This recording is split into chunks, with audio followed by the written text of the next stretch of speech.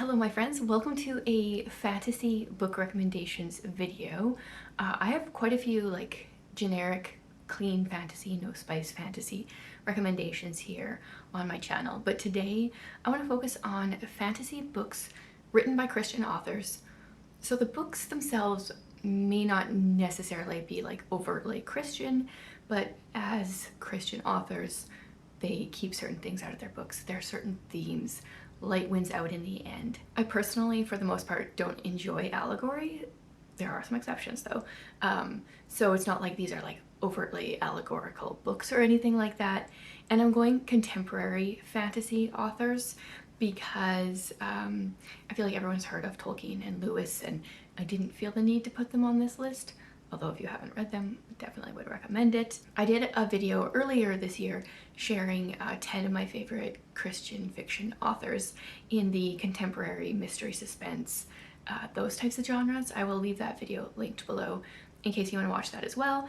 Today we're focusing on fantasy, a little bit of science fiction in there, and then my requirement, just like my video that I did a few months ago, is that I have to have read and loved at least 2 books by the author, and those books can't be in the same series. So there are a bunch of authors that I've read one book by and loved it, or I've read multiple books in a series and loved them, but they don't qualify for this list. So hopefully in the future I will be able to do an updated list with even more authors. And as always, I would love to hear your recommendations. I have a feeling there will be some books recommended that I feel bad that I still haven't read.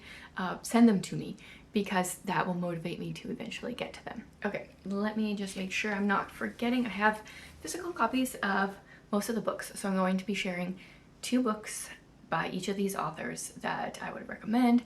Some of them I've read and would recommend more, especially this first author. I just pulled 2 of the physical copies I have on my shelf, but I have read and loved almost all her books. I don't think I've read her very oldest ones. She has a series from the very beginning that I've read only one book. The author is Victoria McCombs. So I read and loved Quarter Labyrinth. This one came out last year, I think, and it is a duology, kind of a trilogy. There's the duology is out now, and then the 3rd book is kind of a bit of a spin-off where we follow a different character. It has like Hunger Games vibes. There's a labyrinth that our characters need to follow. Our 2nd book has some like piratey vibes. Really love her writing. This one also, in the labyrinth there are what they call stone gods. So throughout the book there are pictures with the background of how this stone god came to be stuck in the labyrinth. They have their stories in there. I feel like her books are very unique. The 2nd book in this series starts with a recap of the 1st book, which is so very helpful. That's one of the ones I've loved by her. The other one is also going to be a duology. I have a hair in my mouth. I've read the 1st one so far, Bride of Fallen Stars. The 2nd book I think is coming out maybe in November. I'm not really sure. I won't say 100%. But this one we follow, there's twin sisters who rule the skies. One is for the day, one is for the night. And right at the beginning of the book, the sister that is ruling the day throws her other sister, her twin, out of the sky and decides she wants to rule the whole time, day and night. But she doesn't realize that the sister that rules in the night is actually containing a beast, so that this beast is not released on the world.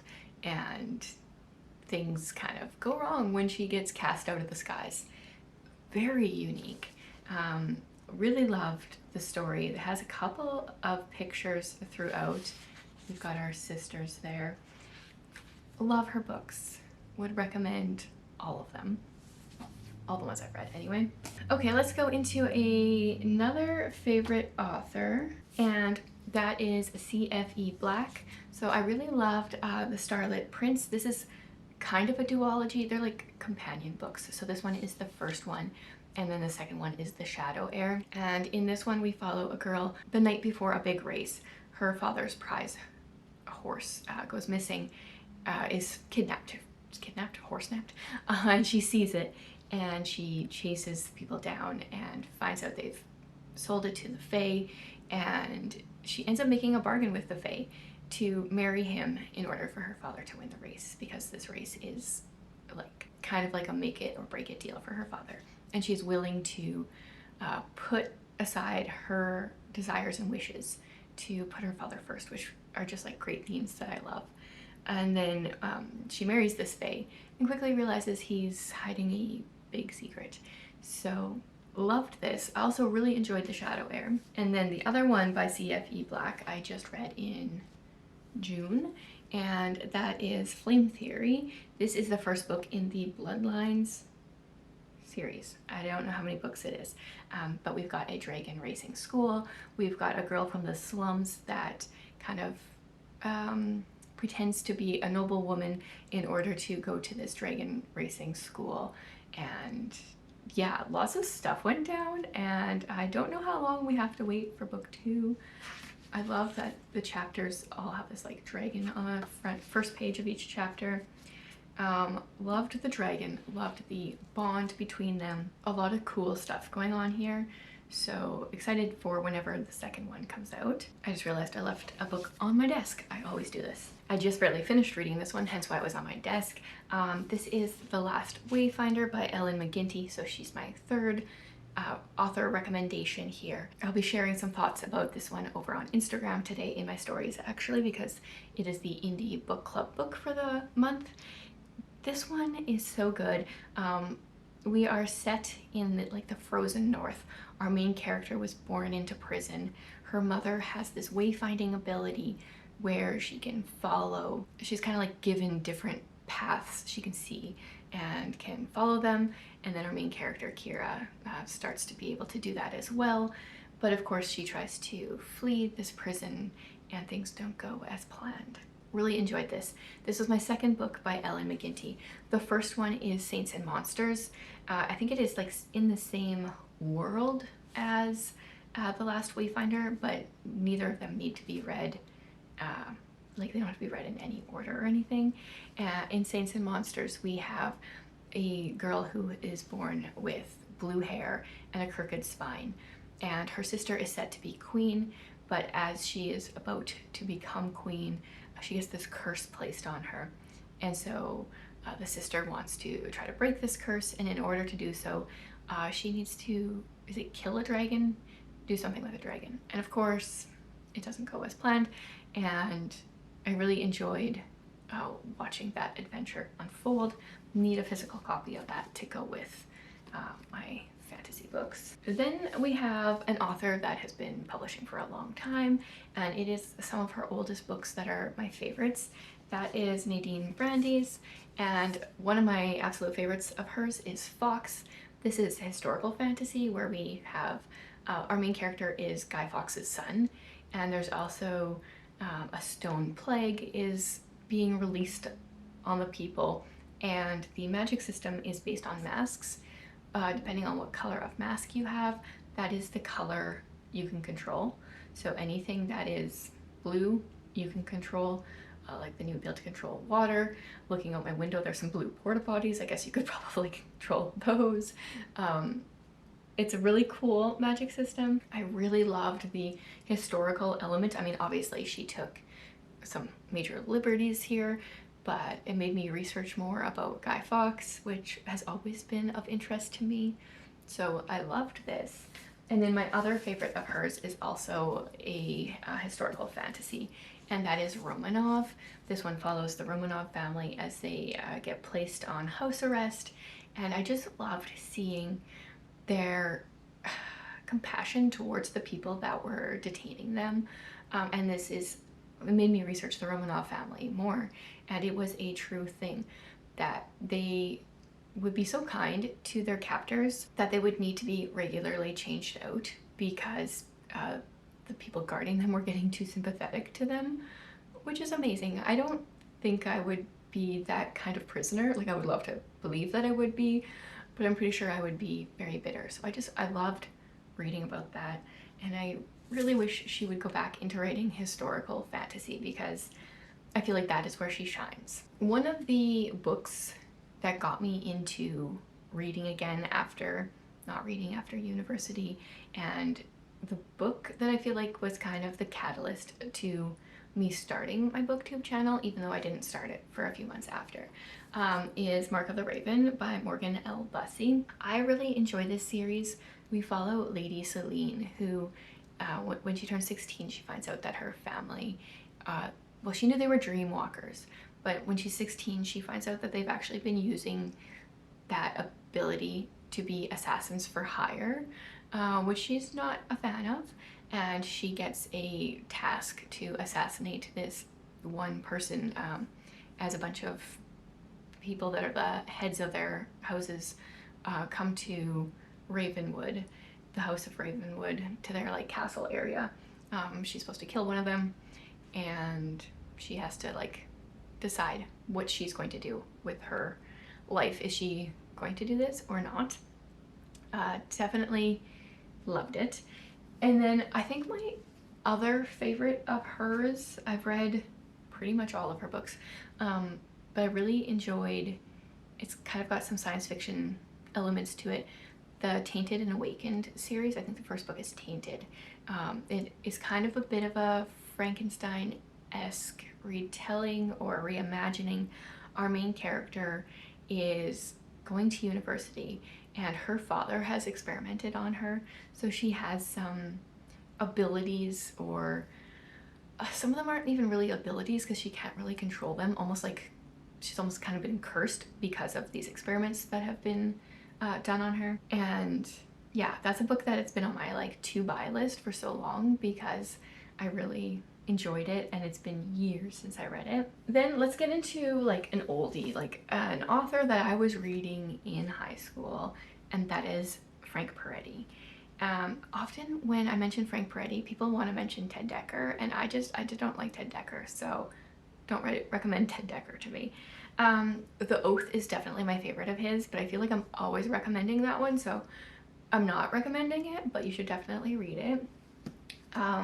I also love Monster. This is such a good book for the fall. It's set in the woods. This couple is camping and they hear like a wailing noise, and then one of them disappears, and this book is the hunt for the woman. I think it was, her name is Rebecca, so they're searching for her. And yeah, I always find his books very interesting. And then the other one is so underloved, and that is Illusion. This one is a little bit science fiction-y because we've got some kind of like time travel vibes. So in 2010, our main characters, Dane and Mandy, this couple, they are in a car accident, and Mandy is in a coma. And then while she's in a coma, she wakes up in 2010, but as her 19-year-old self that she was in 1970 when her and Dane originally met. So he meets his wife as someone 40 years younger, and it was very interesting, very well done. Like there were some deep themes throughout, and I just flew through this book, as I do with all of Frank Peretti's books. Definitely loved it. If you have been reading Frank Peretti, have read all his books, most of his books, what's your favorite? Because I always say The Oath. This one would definitely be a really close runner-up, but I've enjoyed most of his, I think. Okay, another favorite author, fantasy author, is Angie Dickinson. And so the first book I read by her was Truth Cursed. This one has to do with a school that pretends to be a proper, I always love how it's worded here. Students train in every accomplishment suitable for young ladies: music, dancing, etiquette, that idea. But then some of them get chosen for these extra lessons in poison making, fencing, and lockpicking. So our main character, at the age of 8, was cursed by her aunts to always tell the truth. So if a question is directed at her, she has to tell the truth, kind of like Ella Enchanted. And then she ends up going to this school where she gets trained in these other things, kind of to be a bit of a spy, which is a hard thing if you've been cursed to tell the truth. And it just, there was so much more to the book than I was expecting, so I really enjoyed it. And then her other one, The Star Blessed, was fantastic. So we're following a princess who is in this land where there's these like poisonous mushrooms that are infecting the air and people are dying. And at the beginning of the book, her father wants to marry her off, and they have like relatives that have 7 sons, and so she's supposed to marry the first one, and if she doesn't produce an heir in the first year, she moves on to the next guy. And you know, there's 7 of them, so she's not down with that. So she runs away, and then she runs to this woman that knew her mother when her mother was alive. Also, like, lots of things I didn't see coming in here, lots of surprises in a good way, like a interestingly thought out world. Very much enjoyed it. Can't wait to see what she comes out with next. Okay, and then these next 2 are kind of cheats because they're authors that write fantasy and science fiction, and so I've read at least 2 of their books, but one of them is science fiction and one is fantasy, but I'm including them here anyway. The first one is Lindsay Llewellyn. So her fantasy book is Carabosse. This one is coming out October 13th.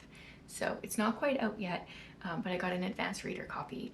So good. And this is in a world where there's like these magical bugs, and our main character does the unthinkable and accidentally touches one without a glove on her hand. So she has a mark on her hand, and this mark unfortunately makes her like time travel at random times, and she ends up being a part of a team in the Tournament of Scarabs, where they have to like compete with this time travel curse thing going on. Loved it. I feel like I haven't really read anything like it before, so definitely recommend. The first book that I read by her was The Chaos Grid. So this one is science fiction, but like science fiction is also so much fantasy. Like there's so much correlation between them. But we are set in the Texas wasteland in what year was this? It's like 200 years in the future, I think. And there are all the cities in Texas are domed. People don't really go out because there's like huge storms in the areas where they're not domed. And our main character, Juniper, her parents were killed when she was younger, and now her aunt and uncle, who she's been living with, want to send her to the city where she saw her parents die, and she just refuses to do that. So she decides to run away and be a person that transports food between the domes in the outer grid. And yeah, it's so cool. And Lindsay Llewellyn is so talented. These are her character sheets. So our main character is Juniper, and we've also got Dax, and then Juniper's best friend is Tori. Yeah, very cool. And I even have a map of Texas in 2224. This is a duology. The second book is called... No, not coming to me. But the second book is also good. Whatever it was called. Definitely recommend reading from her. And then the last author is Corinne Norton. So Blood of the Stars is the only fantasy book that I've read of her so far. This is a series. I still haven't read more, even though I've intended to. This is much more a like high fantasy, like a thick fantasy book than a lot of Christian fiction authors write, which I think is really good because there's definitely a market for this. So we have 2 main characters in the story with a third character that we get little snippets of. Our main character is Aliana, I think, and her chapters start with a little daisy on the cover. She does have some magic, and she was kidnapped as a child to be blood used for her magic. And then the other character that we follow mainly is, what was his name? Garen. His chapters have a ship on the cover. He is a prince that saw Aliana disappear when she was younger, and he has been searching for her ever since. And then every now and then we have a character whose name I'm not going to remember, but it started with an O. And then she has constellations on her chapters, which I probably won't find here. Oh, maybe I did. Yeah, there's like a little bit of a night scene there. There's a lot going on in this book. Very curious to continue the series and see where it goes. If you like, you know, thick fantasy books, this is definitely one for you. And then the other book I read by her is The Things We Can Change, and this is a science fiction time travel book. That was so good. The time travel miss broke my brain a little bit, but like in the best ways that time travel books do. We're set in the future, and something happened 30 years before, where this, I don't know, like this virus was released. So people, including our main character, keep getting sent back 30 years. Our main character, I think her name was Ray, she is assigned a handler in the future where they're currently living, and she gets sent back to 30 years later, but she has a like an earpiece type thing where she can chat with her handler that's in the future. And so her job is to go back and try to stop this virus from being released. And of course she tries to do that, but things don't go as planned because the company that sent her back has also been sending like other people back. So it's very messed up because there are like some people from her time that are back there, but some people from the future, some people from like the past. Very confusing, but very, very interesting. And I just love how she decided to end it. I think that was really cool. So yeah, definitely loved that one. Would like a physical copy of that as well because it's definitely a favorite. So there we go. I had wanted to do 10 authors, but I got 9. Give me some suggestions. I know I have some on my TBR that I need to be getting to. Tell me your favorite Christian authors that write fantasy, and I will do my best